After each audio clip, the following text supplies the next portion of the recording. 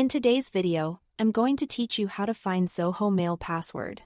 Before we start, a quick but important note: Zoho doesn't allow you to view your current password inside Zoho itself, and that's by design for security. So the practical way to see a saved password is to use your web browser's built-in password manager. I'll walk you through it in Google Chrome, since that's what most people use and the steps are straightforward. Begin by opening Chrome on your computer. In the top right corner, click the three vertical dots to open the menu.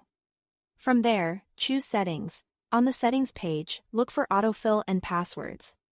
Then select Google Password Manager. This is where Chrome stores any usernames and passwords you've chosen to save. If you don't typically save passwords in your browser, you may not find your Zoho details here, but it's still the first place to check.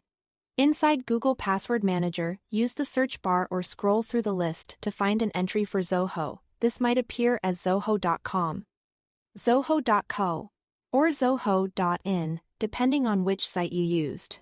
Click the Zoho entry to open it. For security, your computer may ask you to authenticate. This could be your device password, a PIN, or a biometric prompt. Go ahead and verify your identity. Once unlocked, you'll see the saved username and next to the password field, an eye icon.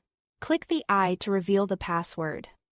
Remember to keep your screen private while doing this, and avoid sharing that information with anyone. If the password isn't saved in Chrome, consider whether you might have used a different browser or device in the past.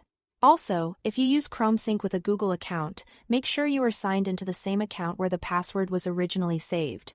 Now, if you are already logged into Zoho Mail and simply want to change your password, that's easy too. Click your profile icon in the top right corner and choose My Account. If Zoho asks you to sign in again, complete that prompt. In your account page, go to the Security tab, select Change Password.